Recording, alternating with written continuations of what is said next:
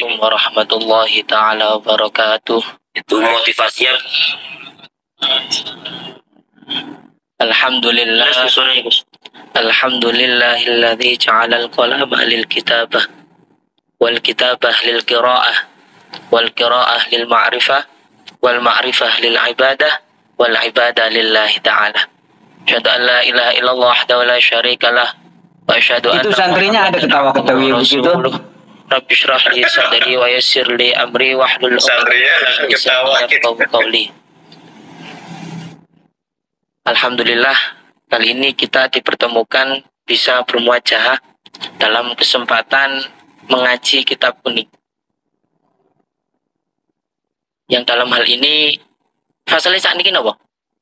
Fasal fi ahkamil qiraat. Oh nggih. Bahas tentang permasalahan akad bagi hasil. Nggih, niku. Leres. Oh nggih. Kalau tanya apa berarti gak sinau tuh. Langsung mawon kita mulai acara pada hari ini. Semoga pengajian kita diberikan barokah oleh Allah Subhanahu wa taala. Al-Hadiniyah. Al-Fatihah.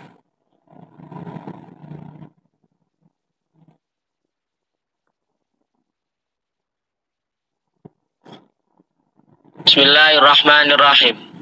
Faslun ay hadza faslun fi ahkamil qiraati. Fasal yang menjelaskan tentang hukum-hukum akad bagi hasil. Niki sebelum kula masuk bab, kita harus tahu bahwasanya akad qiraat itu awal mulanya apa? Disampaikan di dalam kitab Al-Baijuri, Al-Aslu fihi al-ijma' wal hajat. Awal mula adanya akad qiraat itu adanya kesepakatan dan adanya kebutuhan. Karena apa? Li'anna sahibal mal qad la yuhsinu at-tasarrufa.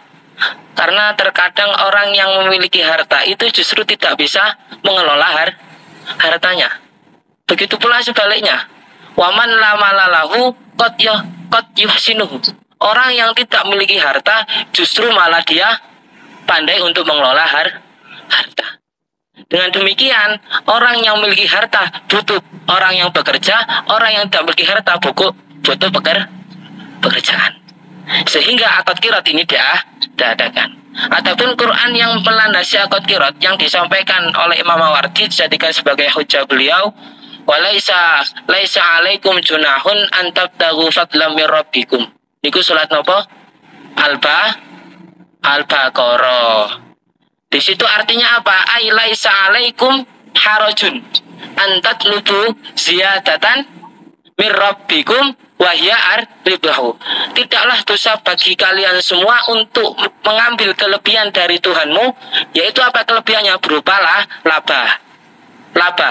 Ribahu itu adalah laba. Akad qiraat adalah laba. Perlu diketahui, akad qiraat secara syariat, kita secara lughat dulu ya. Secara lughat itu adalah wa huwa mushtaqun minal qardi wa huwa al-qat'u. Diambil dari masdar qardi yang artinya adalah memotong.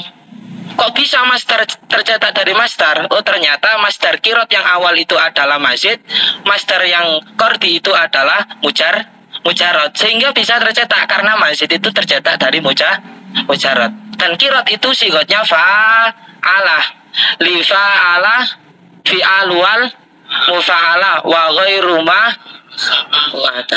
ini ku secara lughat. Kemudian secara syariat adalah taf'u malik malan lil amil liya'mala fihi waribahu bainahuma. Akad qiraat atau bagi hasil itu adalah kita artikan malik adalah investor. Kemudian amil adalah pengelola harta. Pemberian investor berupa harta kepada pengelola supaya nanti bisa mencari yang namanya laba, yang labanya itu dibagikan di antara investor dan juga itu namanya akad qiraat secara syariat.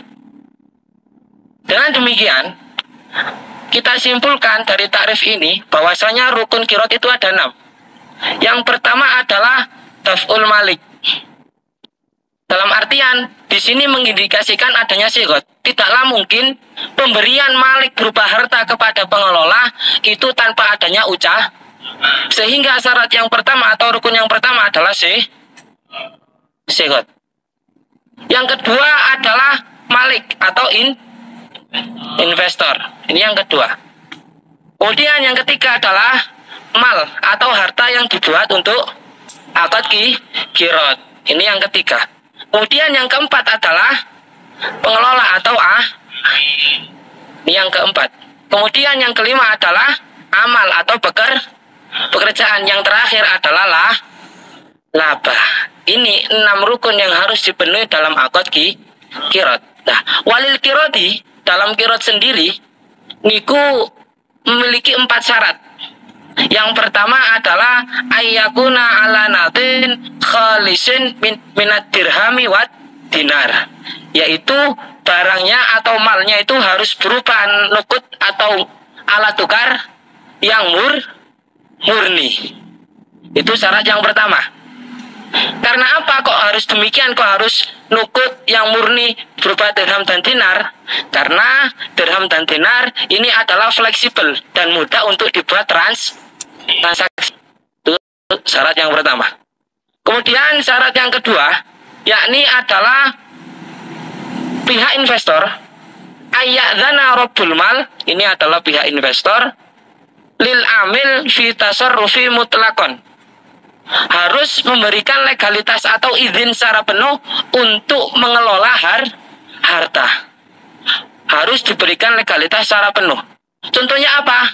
Contohnya adalah qarratuka ala hadzal mal waribahu bainahuma. Saya akad kirot dengan sampean yang mana nanti ini labanya di antara kita berdua. Itu kan mutlak. Wis, intinya sampean cari apa saja. Yang penting tidak boleh menyudoyik atau mempersempit ruang gerak dari pihak pengelola. Itu. Jadi syaratnya yang kedua harus memberikan legalitas secara penuh. Syarat yang ketiga harus memberikan laba yang telah diketahui. Ayyashtarito lahu ay alal amil juz'an ma'luman binar ribahi, yaitu mensyaratkan bagi seorang pengelola diberikan harta atau laba tadi. Contohnya adalah nisfi, separuh, atau sulusi, atau sepertiga. Tidak boleh kita itu menggunakan perkara yang mana itu adalah tidak juz'iyah, bukan sepertiga, bukan lagi setengah. Syaratnya harus demikian. Yang terakhir adalah Allah tuqaddara bimuddatin ma'lumatin. Tidak boleh seorang pengelola, seorang investor itu memberikan jangka waktu atau akad kirot ini diberikan jangka waktu. Contohnya apa? Qarratuka sanatan. Saya akad kirot dengan sampean dalam jangka waktu 1. Ini tidak boleh karena laba itu belum tentu diketahui. Sehingga tidak boleh diberikan dengan waktu. Nah, dengan kesimpulan yang ada, akad kirot ini memiliki 6 rukun. Yang pertama adalah yang kedua adalah, yang ketiga, yang keempat, yang terakhir adalah syaratnya adalah demikian. Kemudian yang terakhir adalah ketika nanti seandainya kita sudah akad kirot dan ada laba, tapi juga ada khusron. Khusron itu adalah rugi. Maka kerugian nanti ini ditambali atau ditutupi dengan laba. Contoh modal 100, kemudian 20 ini adalah ribahun atau laba, dan 10 adalah ganti. Sehingga 20 dikurangi 10 sama dengan 10. 10 berarti hasilnya adalah 10.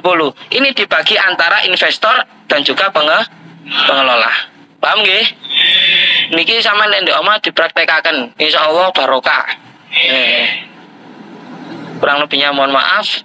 Pertemuan besok udah jadwalnya nyusul nggih. Niku mawon. Assalamualaikum warahmatullahi wabarakatuh.